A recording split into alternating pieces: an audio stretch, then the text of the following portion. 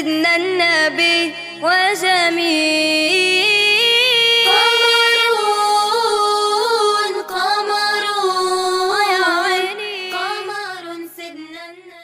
isaga soo qaadano magaaladan aynu joogno Hargeysa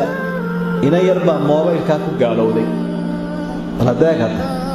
moobilka oo magaaladan aynu joogta ayay ku gaalowday diinta islaamka ka baxday English taqaanay waalidkeedu waxay ku tiri waxaan u baahanahay jaamacadda dhigtaaye internet xoog badan inaad ii soo geliso hooyada abeeda ku tiri sida casharadii macalinku noo soo diray si fiican aan uga shaqayn karo baaritaan wanaagsan aan ku soo sameyn karo waayo dadkiina hunguri laga raaca oo qof waliba wiliye gaaro xusleeyay balkan ingiriisiga aad hawl liqliqo si uu lacag beeran u soo daato quraanka aad hawl liqliqo oran maayaan si uu alla kacabsi u soo daatee mid waliba wuxuu leeyahay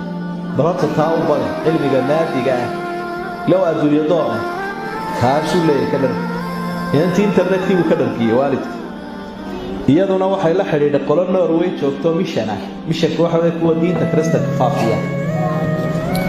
waxay siiyeen dhoofkii laga raacay waxna way la soo qaadeen waxay dhahay si arrinkaaga meel loogu tiriyo de waxaan u baahanahay inaad madaxdayada la xiriiro hay'adaas aanu nahay waxna waan ku bari jaamacad waan ku waafinaynaa maska aqbalaysa marka xiriirka iyaga inta leeyahay si uu sii wadeen waxay dhahay waxaan kula xiriirin doonaa walaadkayga oo dad Kristana oo boobkii kaniisadda Scandinavia jooga boobkii baa la xiriiriyay diinta islaamka oo ka saaray markii ay ogaadeen godkii ay la doonayeen inay ku dhacdo ila godka weyn lagu ridaa waa gaalin ilaahay ka maagalay waana godka weyn shaydaan iyo saaxiibadiisa sharwadeen ay qofka la doonaan إلهي بابر كمثل الشيطان إذ قال للإنسان اكفر فلما كفر قال إني بريء منك إني أخاف الله رب العالمين فكان عاقبتهما أنهما في النار خالدين فيها وذلك جزاء الظالمين والشيطان كي يقفك قال لي موصر من لقدرك قالوا بيني بريبا كا لو نار تقوه بصري وحين أول كله فينا إن هذا أصبر برغاك على سمينا سفارة إندونيا كالك هي رضا سيسع طبعا ayuunbaa maalmihii ugu dambeeyey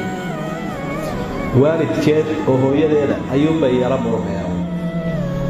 islaamkii unbay durtay iyo diintii islaamka iyo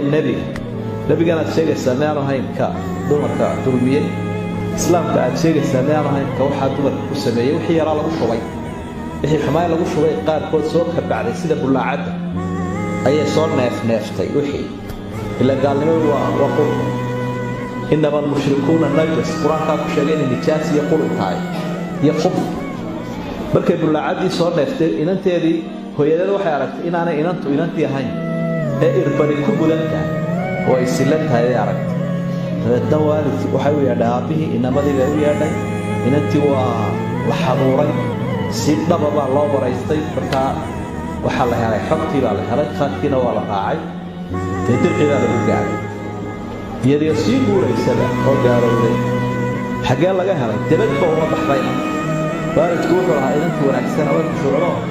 naga saaxiibadaba ma laha inanteeda halka casharada bay ku urursan tahay oo habeenkii oo dhan raajacdaa iskuul waa jaamacadda iyo guriga wax walba dhaxeeya cid bas baraaca ma oga halka ay dadkay raacdo ee screen-ka yar ka soo baxay kaboorayso sidii daadabadna inantii jaamacadii laga saaray